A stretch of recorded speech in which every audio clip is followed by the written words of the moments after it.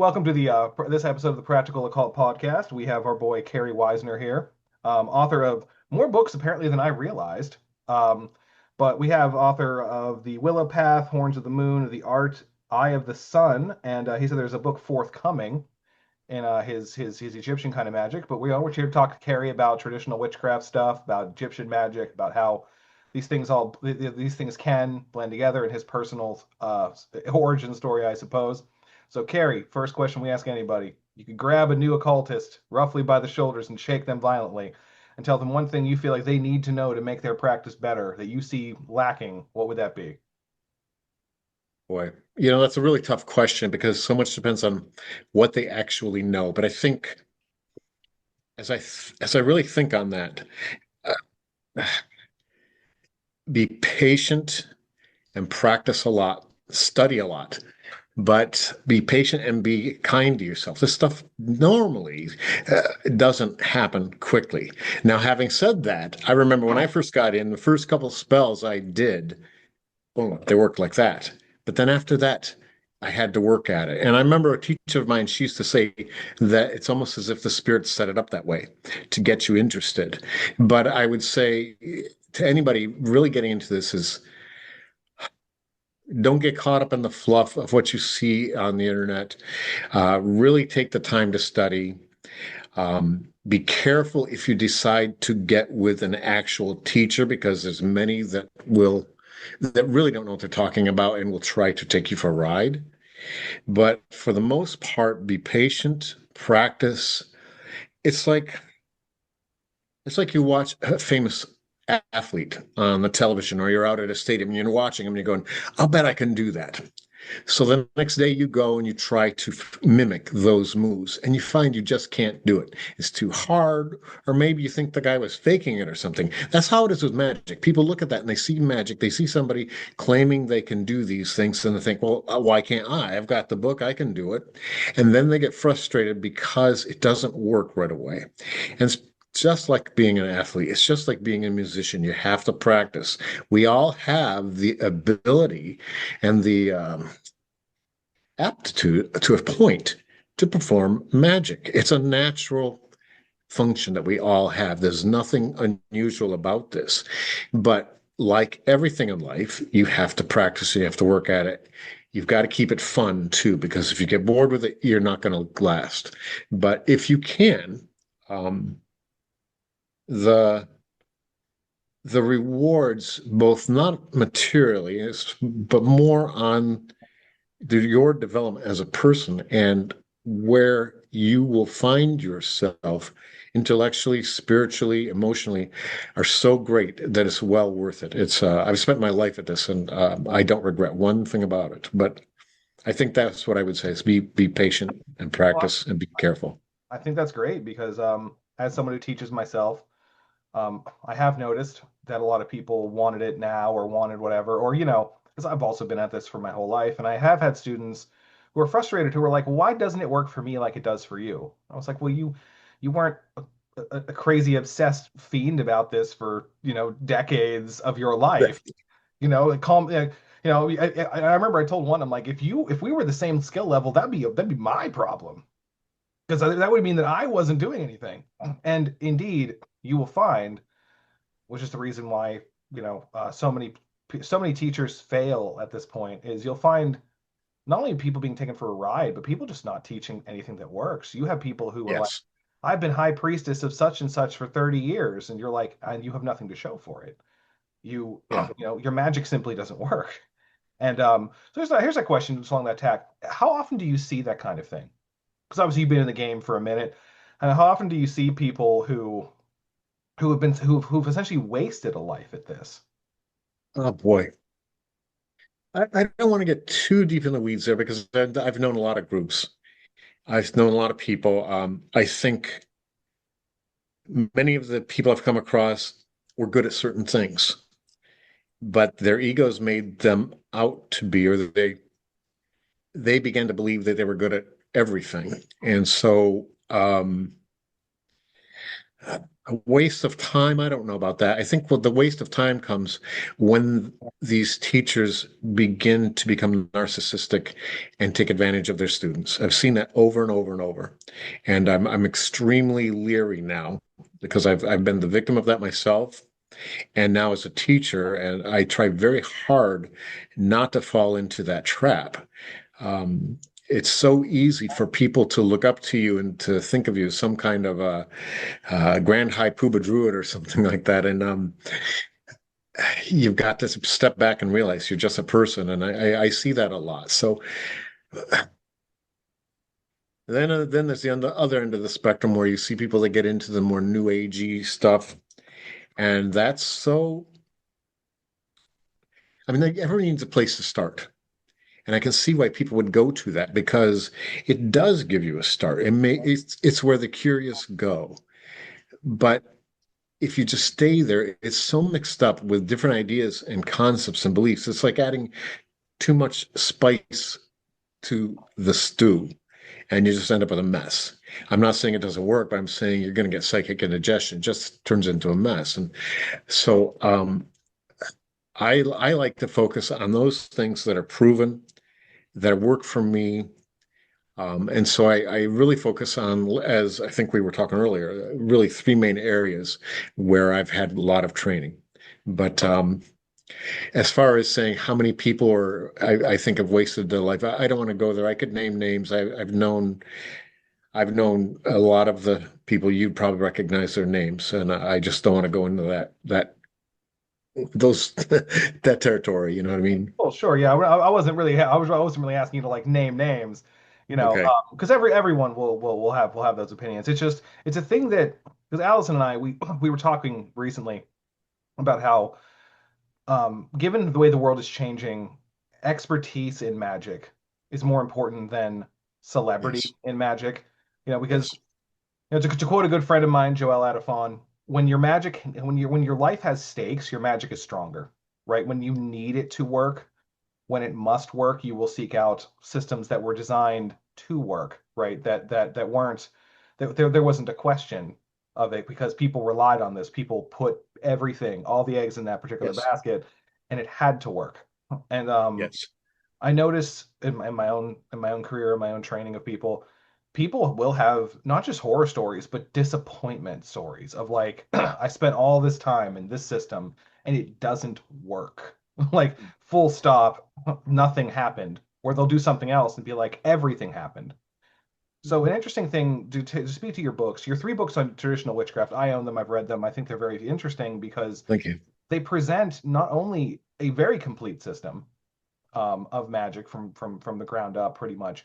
But something that resembles a great deal of the traditional witchcraft that I've had the opportunity to study from several European sources. Oh, good. It's a visceral kind of line of transmission to something ancient. And if I'm not mistaken, you say there was a Basque lineage in Um, to I'm going to tell you exactly what I was taught. I have no way of proving this. I have none. Mhm. So my training's kind of eclectic.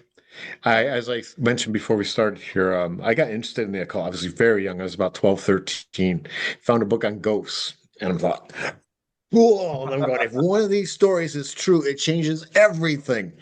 And I showed it to my dad, and he was secretly a Rosicrucian, not part of Amorc. And he was dabbled in everything, but never really mastered anything. And but he started passing different books to me. And as I was living with him, my parents were divorced. I was living with him, and he just made sure I didn't get into anything too weird. But he watched what I read, and I started studying Sybil Leek's books. In particular, I took her correspondence courses in astrology, and I had some brief correspondence, written correspondence with her. And eventually I ended up in California, and I decided I really wanted to get into witchcraft, but I wanted to get along the lines of Sybil Leek. So I wrote to her, and I didn't know at the time, but she was dying. She didn't say that, but she wrote back, and I still have the letter, and she had said that she thought it was more fitting that I get in touch with an American. So she gave me the name of somebody. You might have heard of Isaac Bonowitz, and he lived in the area. He was not a witch. But he was very big in the occult scene. And his wife wrote back to me, and they knew of a woman in my area of the state who claimed to be a family traditional witch, and they introduced me. And Julie, I'm not going to say the last name because they do not seek publicity, but she was very well known in the pagan community, and she didn't seek fame or fortune, and she rarely took on students because hers was a family tradition. But she agreed after I met with her to take me on while she looked for another coven that could take me in. And I trained with her for about a year or more. And every week, a couple times a week, I'd go to her house. And she claimed to have a family lineage reaching back to the Basque region of Europe. Now, I have no way of knowing. I will say that many of the things which she taught me, I have never seen, rarely seen in written word until fairly recently. For example, I was talking to you before this, that most of my working is done at the hearth. That's Mhm. something that Julie's family had done, but I rarely have seen it in any Wiccan books or anything else. The most recent one I did was maybe Gemma Gary's book on traditional witchcraft, where she talks about the hearth. Mhm. But until then, I can't think of any Gardnerian, any Alexandrian, any Wiccan sources or any ceremonial magic sources that talk about the hearth. And Julie, for her and her family, it was the source. And so to this day, I do much. If I have a hearth handy, I find my magic works extremely well working at the hearth. But there was a number of things, other things that she had taught me, names and places and items that only after a lot of real deep research I found something to corroborate it, which tells me she knew something. But at the same time, she was fairly eclectic. I mean, she would also throw in Kabbalistic stuff and things like that. And I questioned her on it at the time because I was fairly well read. I was young. I was about 20, 21 at the time. But I questioned her and I said, this comes from the Golden Dawn. And she turned to me and she said, Kerry, which uses what works for her? And that really stuck with me in that um, this isn't dogma. It's Right. not it's not a set thing. It's not engraved in stone. It's an art. It's a science. And like medicine, like anything, it evolves.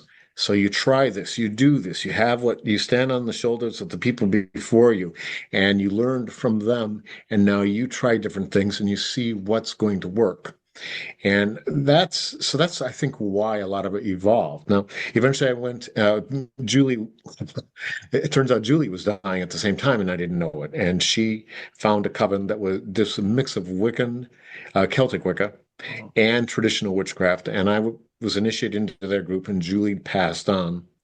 And I was with them for a good 10 years. Eventually was high priest. Um, and then I left there and I began really diving deep into the ancient Egyptian magic.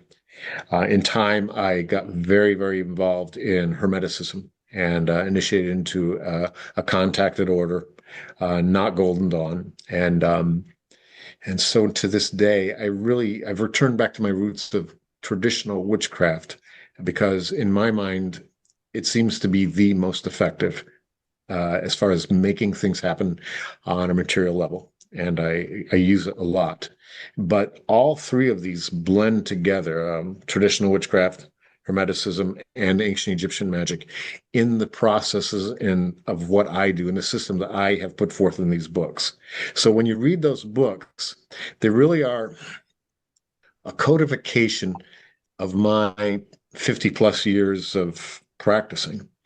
And I'm not as far as age or I can't prove any of it. The Hermetic order I'm with claims, and they have documents to prove a portion of this, that they were started back in the 1800s. Um, the ancient Egyptian stuff, I can point directly to ancient Egyptian transcripts and translations of temples for the techniques that I use. As far as traditional witchcraft, it's a lot of research, a lot of what I've found on my own through my own practice, and a lot of what Julie said. And I can't, all I can say is it works. So, Well, um, it's interesting. Again, having had the opportunity to study with a bunch of people in my life, I haven't known a single one who wasn't eclectic. I mean, you can even if you do research on the lives of various occultists in the United States and out, we are all a bunch of turbo nerds about this stuff. If like we see someone else has something cool, we're like, I want to learn that cool thing. And like again, but I remember having been told by a witchcraft teacher of mine, who I won't list. I was handed a bunch of things, and one of them was Napoleon Hill's Think and Grow Rich, and she was like, he's a very powerful sorcerer. And I was like, what do you mean? She's like, well, how many millionaires have you created?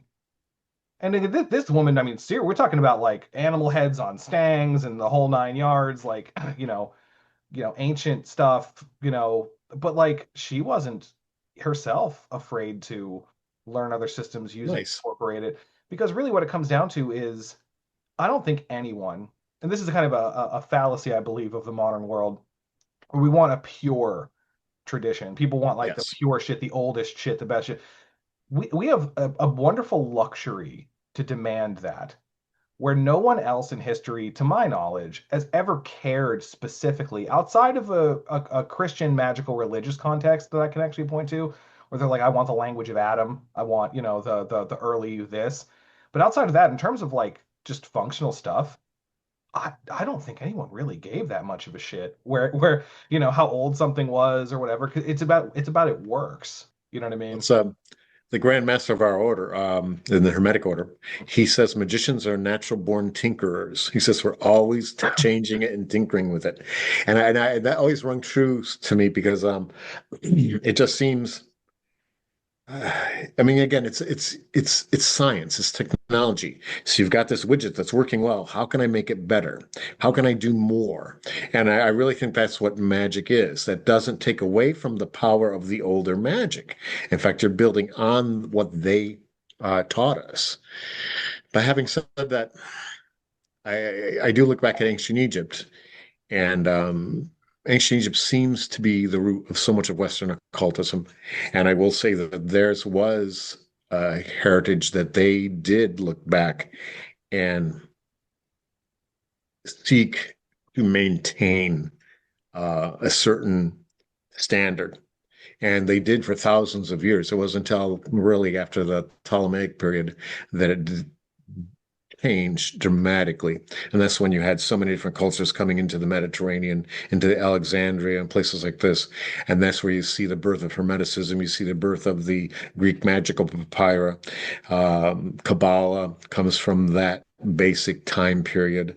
It was pretty amazing time. But before that, the ancient Egyptians, it was, I'm not going to say static, but it was very formulated. I mean, they did specific things in the temples, very specific regimens to get very specific results. But their magic in ancient Egypt, the Pharaonic Egypt I'm talking about, was primarily involved in the evocation of and invocation of otherworld beings.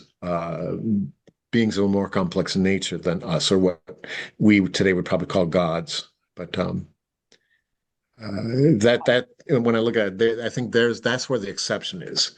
But today, yeah, as you and I both said, it seems um, eclectic.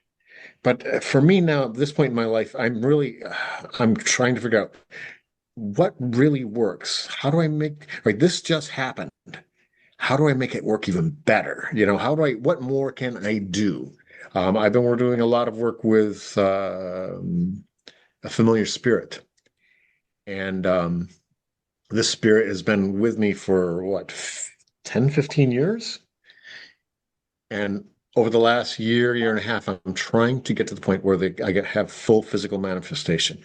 Mhm. And I've had some very close, very near, almost experiences with it, where I wanted to the point that anybody, even if they weren't that psychic, would see something, feel something when they walked into that room when that spirit's there.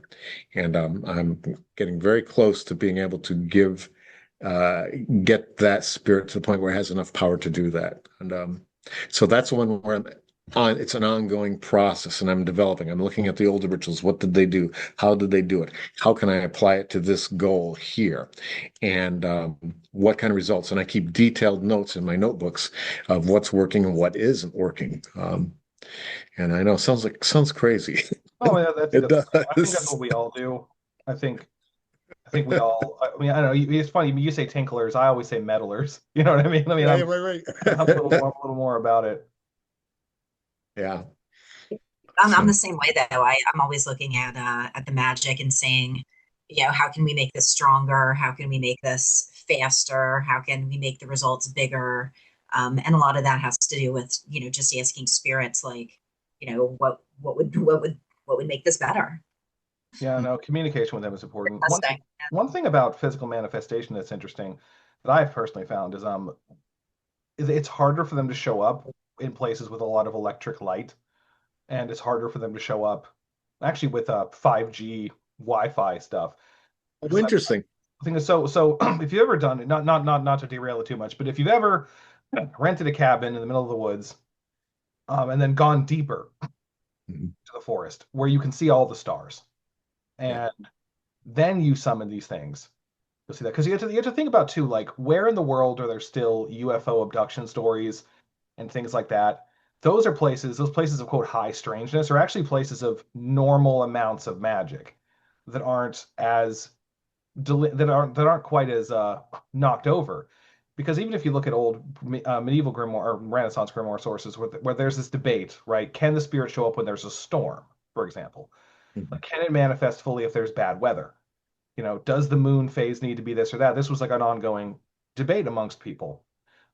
Even so much as some of them were bold enough to put down, like, no, I, real name, have summoned these spirits in storms, and it's fine. Yeah. But I found because even when I was a kid starting, we didn't have the doom rectangle, ruling your life. Um, and it was easier to get them to show up physically if you did like evocation, like Goetia Yeah. or whatever. Um, I but I I found some yeah, yeah. Now it I doesn't mean found they don't. similar when you're in a city or a real urban area, it's very hard. It's when you get out into nature, out into the liminal places, that's where things start to really happen. Yeah. Now, I have property deep in the forest, and we've been up there for 15 years. That's not this place, but another place. And that's where I had my most powerful experiences. That's where I picked up this particular familiar spirit. It's extremely different. It's very moving. It's very moving and very powerful. And I would agree with everything you're saying. The 5G thing, I hadn't thought about that. I hadn't thought about that. Now, now this house here, it's a very small town. We're on the western side of New Hampshire, New England, and I've done a lot of magic in this house or in this room because of the hearth. Mhm. And I've had some interesting experiences, some very powerful experiences, but I've had to work a little bit harder at it than I do when I'm out in the forest. Yeah, but I would agree with what you're saying completely. Oh, yeah, I mean, the more well, like I often make this joke that Allison's house, every time I visited it, is the most pleasantly haunted house Oh, I've ever been cool. in because she does so much magic. There's all this stuff going on and on, but you will see people walking by that shouldn't be there. You'll hear things. You'll be like trying to sleep, and you'll hear like footsteps or doors closing or whatever. So the more you spam a place with magic, the easier the manifestation is. But yeah, no, the electric light, and recently with spirit interrogations that I've done.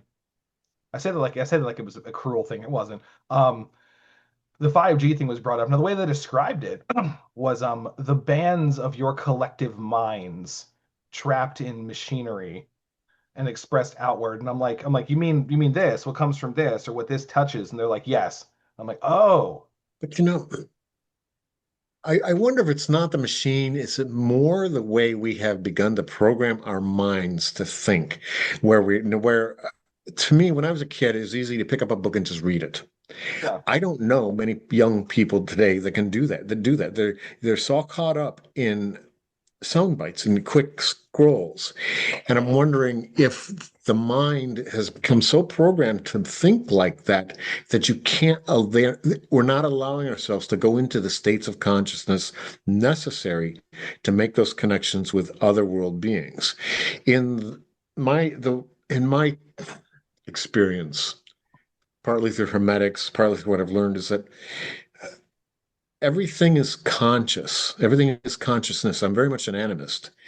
And I believe that, and in the order we talk about this, If you change your state of consciousness, you change your state of being.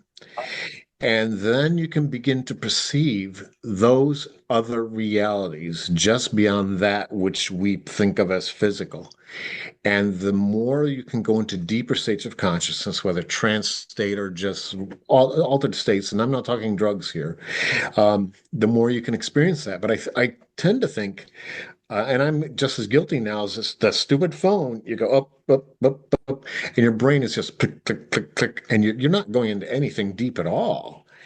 And I think people have to learn. That's why ritual is so important. People have to learn to unplug from everything, to just relax and just step into altered state. And that's why the candlelights, the incense. Of course, I also believe that objects have power. Again, being an animist, I strongly believe that. So certain things, certain stones, certain incenses have power.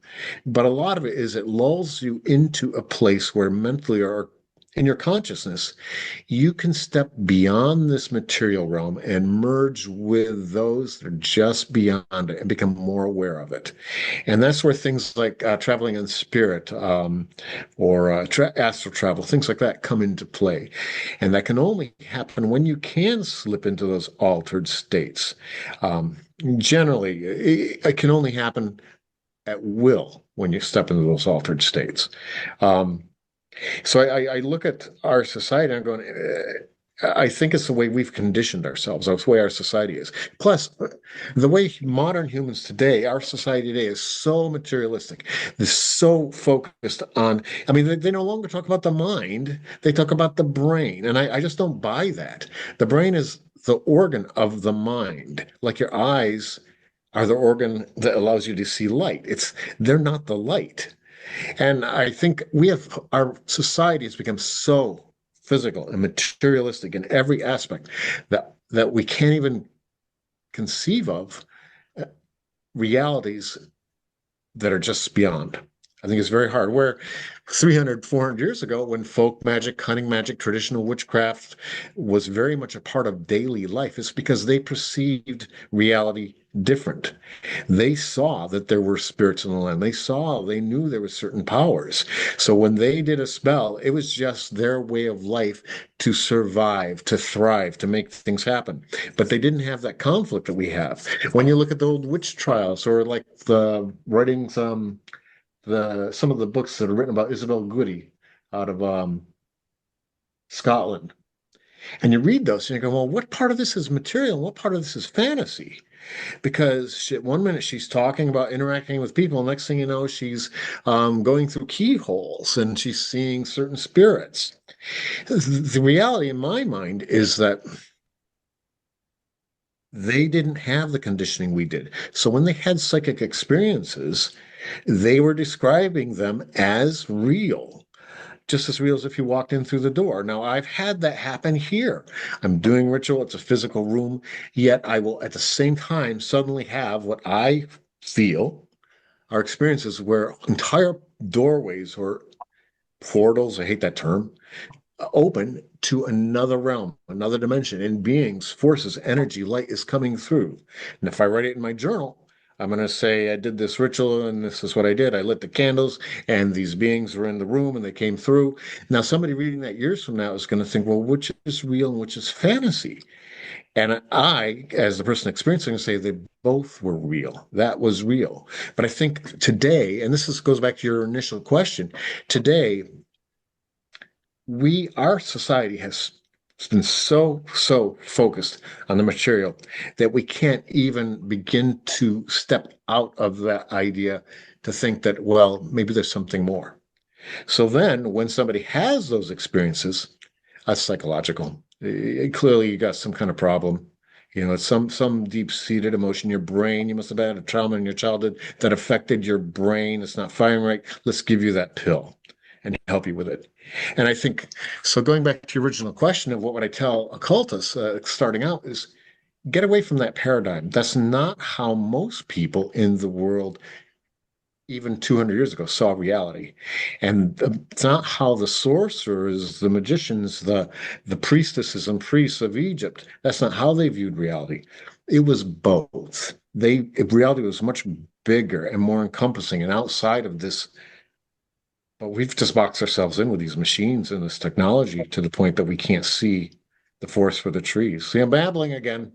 But Well, I think you really hit the nail on the head there when you're talking about having these experiences, because a lot of people are not out there seeking out experiences. They're, you know, looking to have everything spoon fed. They're asking AI about how to contact spirits. They're not in the woods with candles. They're at their desk typing.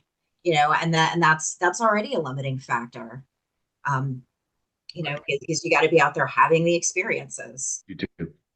Oh, that you most certainly do. But even it's actually even more recent. I mean, if anybody has the opportunity to study with, I know people don't like the word shaman, but like a Peruvian shaman, right? Like you'll talk to them and they'll be like, "Oh, yesterday when I was a bird, I saw Yes. this," and but they're not going to sit there and say, "Yesterday, when I sent my fetch out in the form of a bird, and then transferred my consciousness into the fetch bird, and then projected the fetch bird over here." They're not going to say that. One, because that's stupid. Two, because they're not. That's not how they think. But there's a book called War of the Witches. It was about this guy, this anthropologist who wanted to go learn Mexican folk healing.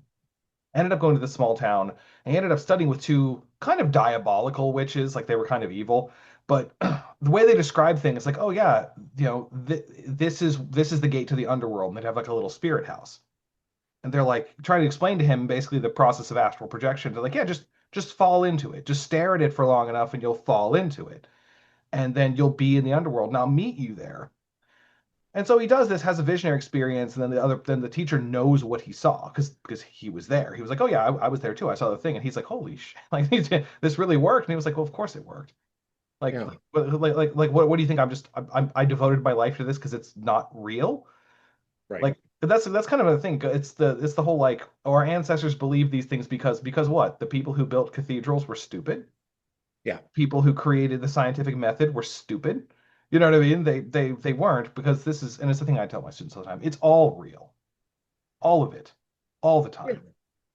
time. In our order, the Grand Master, when he was teaching me, he said, imagination is not fantasy.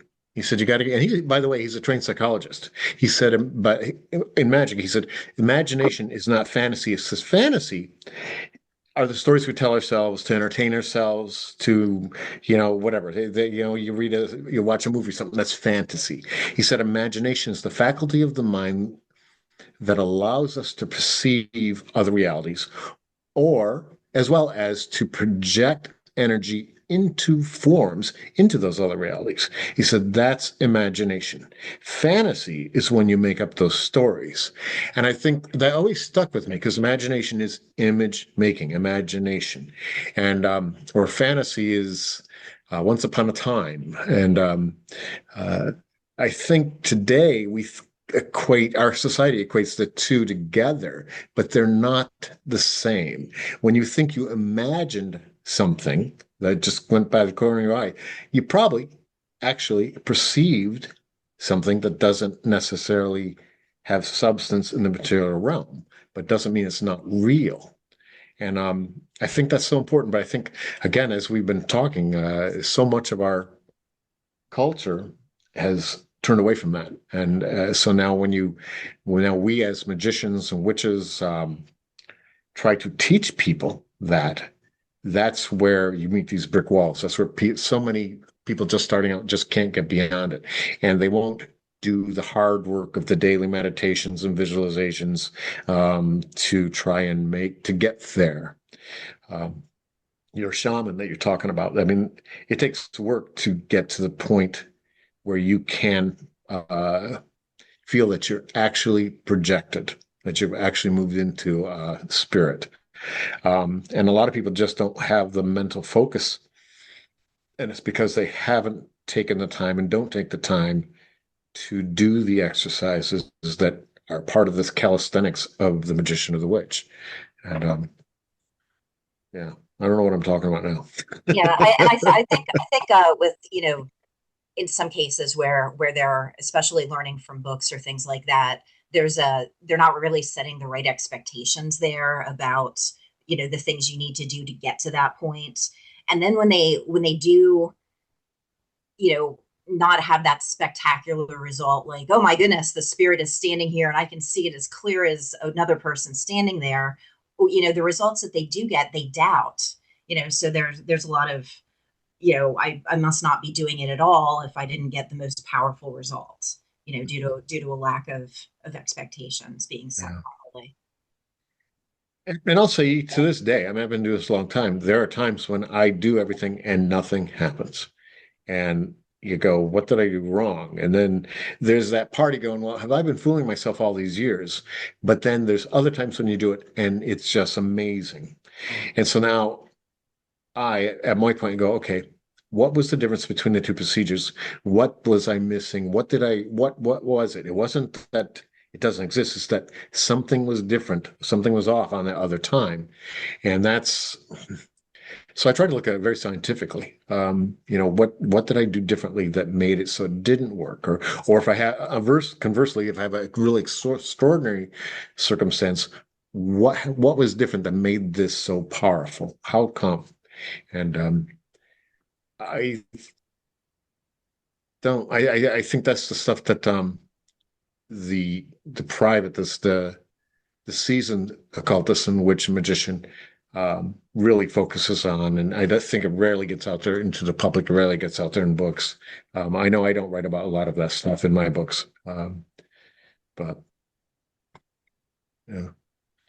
Yeah, constantly testing and constantly learning new things is definitely the way to be. Yeah. I mean, it certainly is. But I will say, you do actually put some things in your book that you don't see in witchcraft books typically. One example, and I forget which one of your big three witchcraft books it was in, but you talk about, and again, I'm not going to use the same terminology you did probably, but like, you were talking about you were on a walk and you changed the color of your aura, and it Oh, like, yes. yeah. So I think that sort of stuff you see in psychic development training, you see in a lot of like Franz Barden type hermetic training, but you didn't see a lot of that in a lot of like witch books, especially popular witch books. And that's one of the things that really says to me, one, that you know what you're doing, but two, that's the stuff you learn boots on the ground Yeah. with teachers, because they'll tell you, and they'll usually tell you it in my experience in kind of an offhanded way, like, oh, Yes. just make yourself big, make yourself small, make yourself scary. I remember one thing my father would tell me is like, make the food taste however you want. Like, what, you can't do that? You can't remember how something tastes and fill your mouth with it? Come on. Yeah, yes, you can. And they'll give you these things as like these little flippant one-offs, and people will either glom onto it and do it, and then realize, well, wait, I can do a lot of things. I can Yeah. be in a lot of places. So, every job interview, every date, everything you're on, you're like, I'm shiny as fuck. You know what I mean? Like, I'm out. Yeah. Yeah.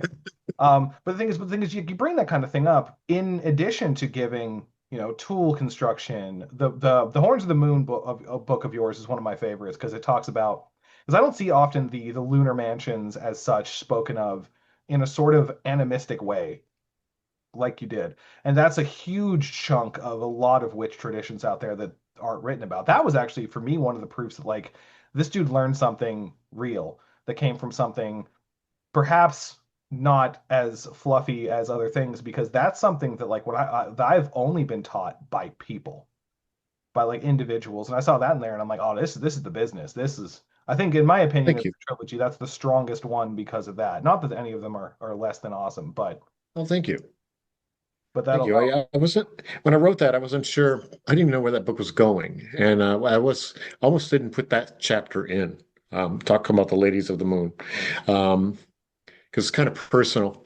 It's not necessarily the mansions, the Arabic mansions of the moon, where those are based on the degree in the zodiac that the moon is moving through.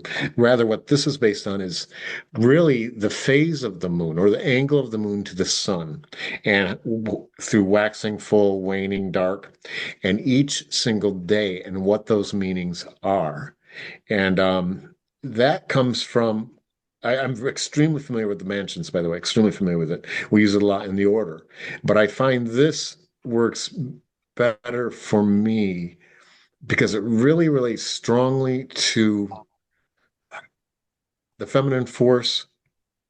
In the system I follow, you'll find a lot of traditional witches follow the master, or what they call the devil. I hate that term. In ours, it's really largely around the dame, the lady, the queen. And she really is a very strong contact for I and the few people that I work with. And so the ladies of the moon really is a direct correlation to what I've learned and have been taught related to her. But as I went through it, I'm going, all right, each day has to have a different meaning because it's a different degree, a different angle. And so it's very similar to the dimensions of the moon. Now, if you look at in Hindu mythology, they have a specific goddess for each phase, each day of the phase of the moon, similar to what I do. But I appreciate that you liked that, because I almost didn't put it in. It's because it's so different than what you see anybody. I don't think anybody else has written anything like that before, other than the mansions. Well, But I don't believe they have either. But it's interesting because I'm a bit familiar with the tantric lunar magic that has like a female spirit for each day. But also, like I said, but the funny thing is, I've learned that from a witchcraft source and a tantric source and your source, and they were the same.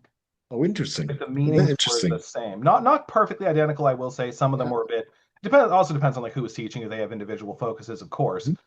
But they were close enough that I was like, oh, this is one of those, like he tapped something real, because I had learned it Very cool. dependent from two very different sources, right? So Well, I read everything too. I mean, I'm not gonna lie. Sure. A lot of this may be coming from, I don't know where this stuff comes from. I read everything. I have piles of books everywhere. I guess at the end of it, it almost doesn't matter, because I too read Allison as well. Like we're all again. This is the podcast for magical turbo nerds to interview people about stuff. Because she and I are taking notes with every time we interview someone. I'm going to look into stuff, do this, that, and the third thing. So there's definitely that. I wanted to ask, speaking towards I just lost it. Where is it? Come on, where are you going? Okay, there it is. I wanted to ask, speaking towards how you combine the three primary streams of your magic. Like, can you give an example? And you don't need to give like the most concrete super example. Can you give an example of like what that would look like in practice? Like, obviously, I'm not saying that you combine all three of these systems in a single working, but like, how do they work in the lattice work of your life? Oh, Jesus, that's a tough question. Last work of my life. Well, as far as an actual practice, I can think of a spell that I do, which is a money spell, prosperity spell. And in this, I use, where is it? I use a particular talisman that comes directly from Kia Solomon. Where is that? Well, we do love those here at Practical Occult. Yeah, I'm sure. I know that Allison's work. Where is it? And I'm always surprised at people that say you shouldn't do spells for money. People that always just blows my mind when they say that, because I do. Is this it? Yeah. So I will often use. Is it? I don't know if you can see it. But that's from the Key of Solomon, and it's for sustained wealth. I think it's a tentacle of Jupiter, but I'll take that. So there's some of the more hermetic stuff, and I will use the day and hour of Jupiter during the waxing moon. And then I will go and I will consecrate that, but I will do it by evoking spirits. And then to help pull power into the spell, I use some Egyptian words of power. Bakau. It means abundance, radiant abundance, or something like that. I've gotten it in a book. I can't remember. And so I mix this up a little bit. I don't want to throw so much in that it becomes too spicy, that you got, like I mentioned before, too much in the stew.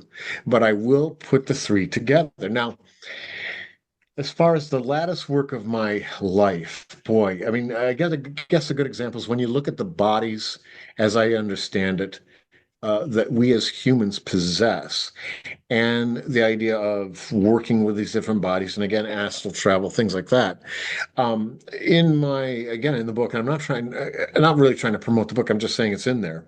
I We, give we, a we chart. love we love the book. Promote the book. Okay. There's a chart in there where I will list the different bodies of that the Egyptians understood. The body, then the Ka, the Ba, the Sa, the Ak. And then I compare them to contemporary occult terms. I compare them to Kabbalistic terms, and then I compare them to how the traditional witch sees them. For example, the traditional witch talks about the second skin. Um, and the second skin, in my mind, is very similar to the Victorian etheric substance or the Kabbalistic nephesh or the Egyptian Ka. And so truth is truth. You're just putting different names and labels on these. So when you say, how do I incorporate them into the lattice work of my life? Again, it boils down to science, technology. This is technology. What really works? You can call it whatever you want. Somebody in China might call a car something different than what I call a car. They still do the same thing. And so I look at these systems of ancient Egyptian magic, traditional witchcraft, and Hermeticism, and I go, what are the common factors? So how do they interrelate? Do they back each other up? The Egyptian concept of the SWAT or the shadow is very similar to the traditional witches concept of the fetch. Um, but the beauty of that is that you can sometimes pull from one area to fill in a gap that might be missing in another. And it's not unlike when you look at the old cunning folk practices back in the 1800s, 1700s. You look at some of the things they were doing, and they were taking sigils from old grimoires, mixing them up with herbal lore that they'd picked up, and had some old pagan stuff that was from the folk customs that they'd always grown up with, all mixed together. And sometimes they'd even throw Christian material in as well. But the whole idea is you're looking for those common denominators that can help strengthen the practice. Now, again, I advise anybody watching this to first know exactly what you're doing, know what these things are, and don't mix too much. Don't put too much in the stew because then it's going to backfire. It's not going to work for you. But I have found that for me, these three systems are like three legs on the stool or just seem to blend so perfectly together.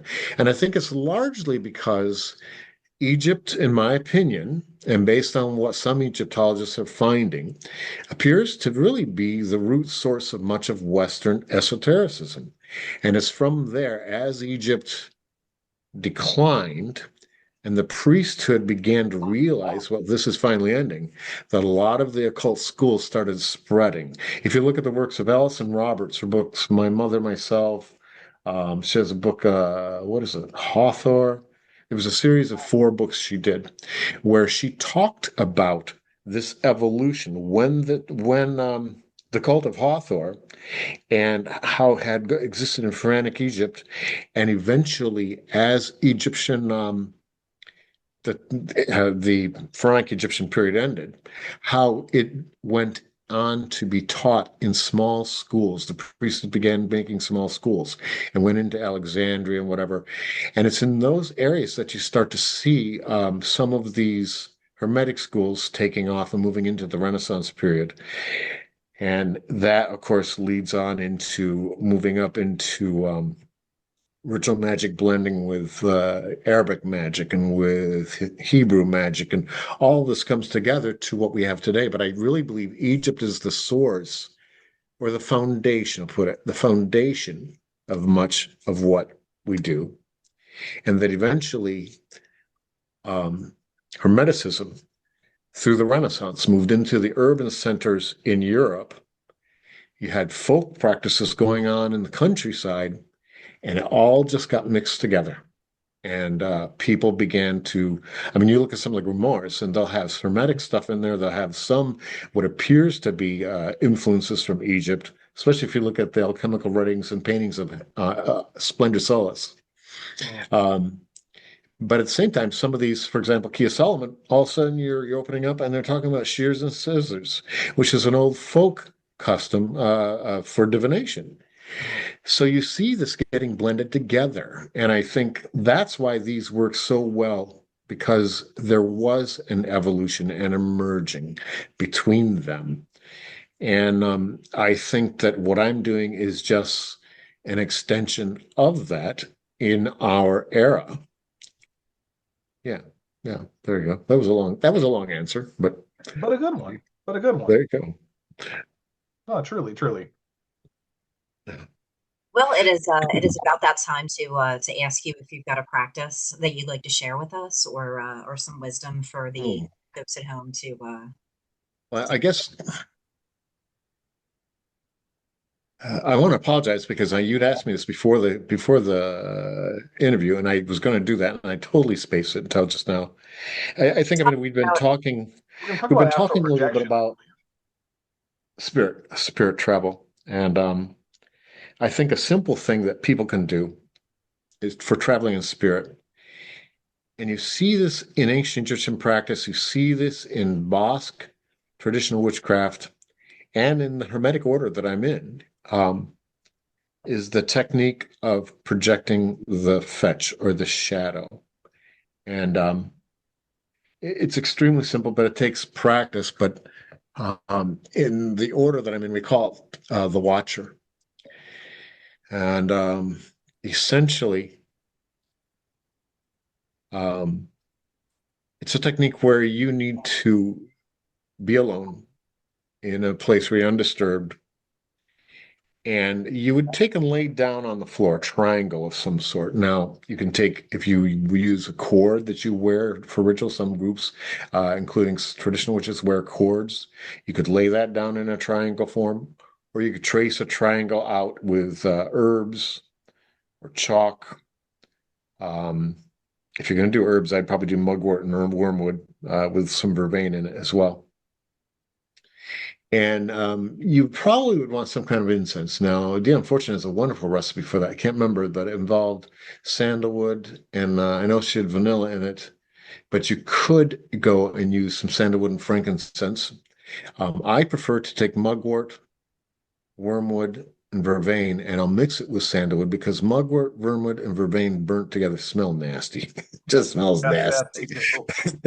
But if you put some sandalwood in, it makes it a little more tolerable. And you have that incense going. And a big mistake I think people make is they think they have to have billows and billows of incense because the spirit's drawn this to make a form. I'm not convinced of that. I think what it does do is if you have the room full of incense, other than making a cough, but it does give a kind of mystical feel to the room, but you don't need a lot. You really don't. So I do not use a lot of that. And sometimes I will create and use an oil of mugwort, wormwood, and vervain. It's equal parts more mugwort and wormwood, and then 1 part vervain.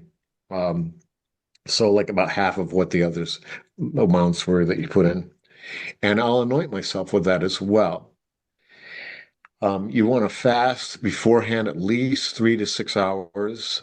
You want to avoid any kind of drugs, stimulants.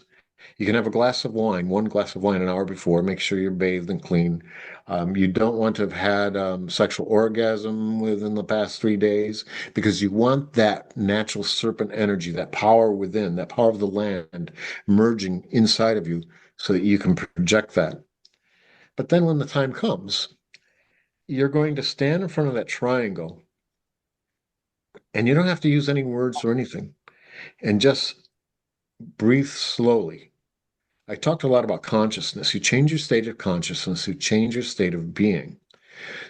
And part of that can be done through breath, but also breathing can help build up power and allow you to project power. In martial arts, we're taught, I have a black belt in Kempo Karate, and I've also studied Shaolin Long Fist Kung Fu. And they have you breathe in through the nose and use your diaphragm, not your lungs, to distend your diaphragm because that pulls oxygen farther down into the lungs and gives you more power. So you breathe into the count of 4, hold it for the count of 2, then breathe out to the count of 4, hold it for 2. It's simple. And you start getting used to using rhythmic breathing. It becomes natural, and you want to breathe with the diaphragm, not your lungs. Because most people just breathe the top part of the lungs, and you're not getting that much power. But as you do this, just envision, use your imagination, not fantasy, to imagine power rising up from the ground and filling you, and power coming down from the stars and the heavens, filling you as you do this breathing. And just let it build up and up. And then when you're ready, envision or imagine energy flowing from the solar plexus out, out into that triangle. Now, another way would be doing it with the breath. And I think in traditional witchcraft, it would probably be more traditional to do it with the breath, because a lot of spells and a lot of the workings talk about the breath as being the vehicle through which the spirit travels. I've used both, and both work effectively. In fact, when I'm consecrating talismans, I hate that term consecrating. When I'm enchanting talismans, I will use the breath to breathe life into it. But in this situation, I was taught that energy flows freely through the solar plexus. And in fact, Sibley in many of her books talks about how in magic you want to make sure your solar plexus are free. She was a big advocate back then. There was a big controversy about should you practice naked or not, and she did not believe in that. But she said the main thing is you want your solar plexus to be free, so you don't want anything tight or restricting on your solar plexus. But you stand there and just allow this energy that you've been building up to flow out through your solar plexus, and just envision it as a stream of energy, generally silverish color, silverish gray, into that triangle. And you don't want to necessarily make a form. In fact, the Egyptians, when you look at it in their temples, the Swat, it's nothing more than a ball, a dark ball. And that was their shadow, though sometimes they would just show it in the temples as the silhouette of the person, but no details. And they would just project this out. And in this case, you would just project it out. But the easiest thing would be just as a ball. And then when you're ready, send it someplace you have not been, and just send it and ask it to go and observe. And then tell it, give it a time that you're going to call it back. And you don't say at 10 o'clock tomorrow morning, don't do that. You could say an hour or at sunset or something more natural. But do that and then let it go. Just let it go and walk away. Go do something else. Do something to just totally change your state of mind. Don't think about it. Don't even imagine when it was happening. I wonder if it's working. Was I making this up? Is this all fantasy? Don't worry about it. It doesn't matter. You didn't lose anything except for 20 minutes of your time or a half hour of your time. Let it go. Go have a meal, whatever. Then when the appointed time comes, let's say you said sunset, I'm going to call you back. You go back to that triangle and you envision it as coming back to that triangle. And even if you physically don't see it, or if your rational 21st materialistic iPad phone mind says it's not really there, for the minute, don't care. Pretend, just like you did when you were a kid. Just pretend it's there. Pretend it's there. And then envision yourself making that connection and pulling it into yourself. Just pull it back into yourself. And then immediately start writing down whatever comes to mind. Write it down. No matter how silly, how vague, no matter what, write it down. Now, go there. Get in your car and go to that spot. Take a walk and go to that spot. Make sure it's someplace you haven't been before, but it's fairly nearby. You will be surprised at how accurate it is. You'll be surprised. First time I did this, I was living in a city.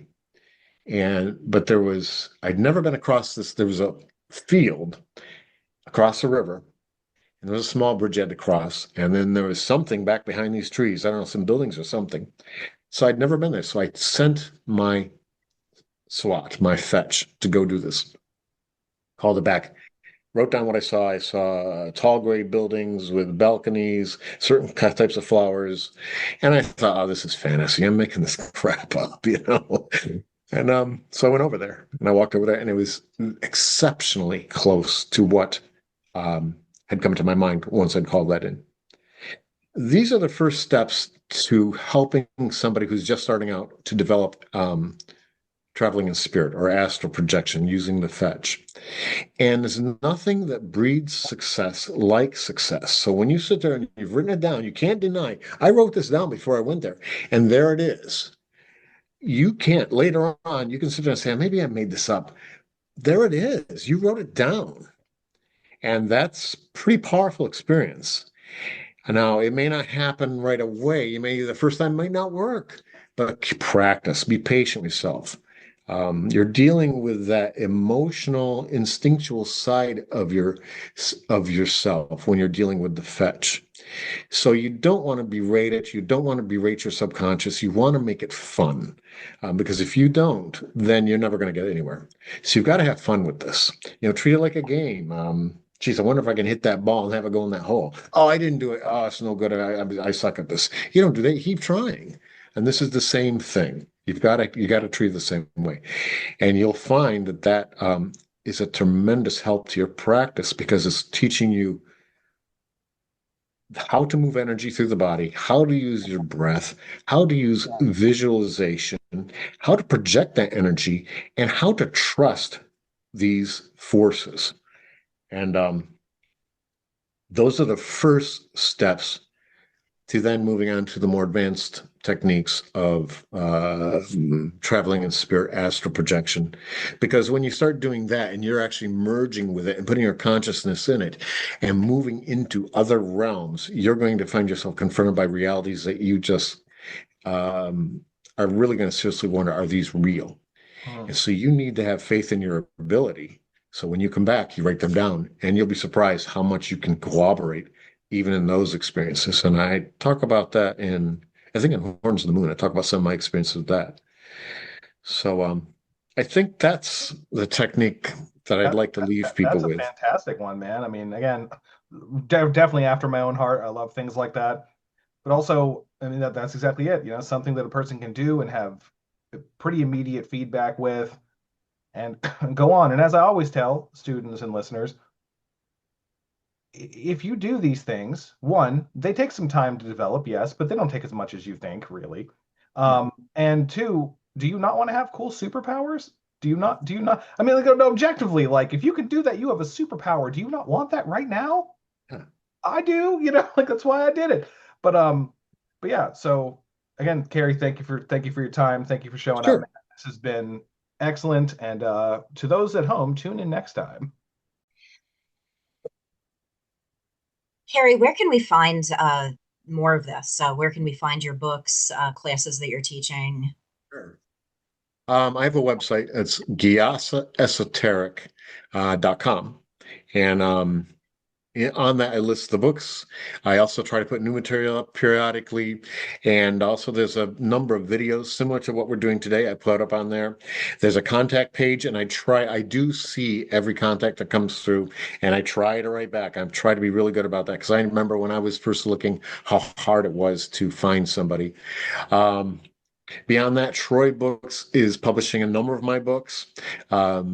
They have the 3 series that we've been talking about, the Gyasa series, and then of course Eye of the Sun, which is Egyptian magic, and the soon to come out is Song of Hathor, which is advanced rituals from ancient Egypt. Beyond that, I'm on Facebook. Feel free to look me up. I'm a little bit picky about who I link to because I've had so many trolls, but just send me a message saying, hey, I saw the video and I'd like to link with you. And I think that's about it for now, but I try hard to, if people message me, I try hard to get back to them. I just remember so hard when I was first looking to find somebody. So that's so important, but I'd say that's the way. Thank you so much. All right.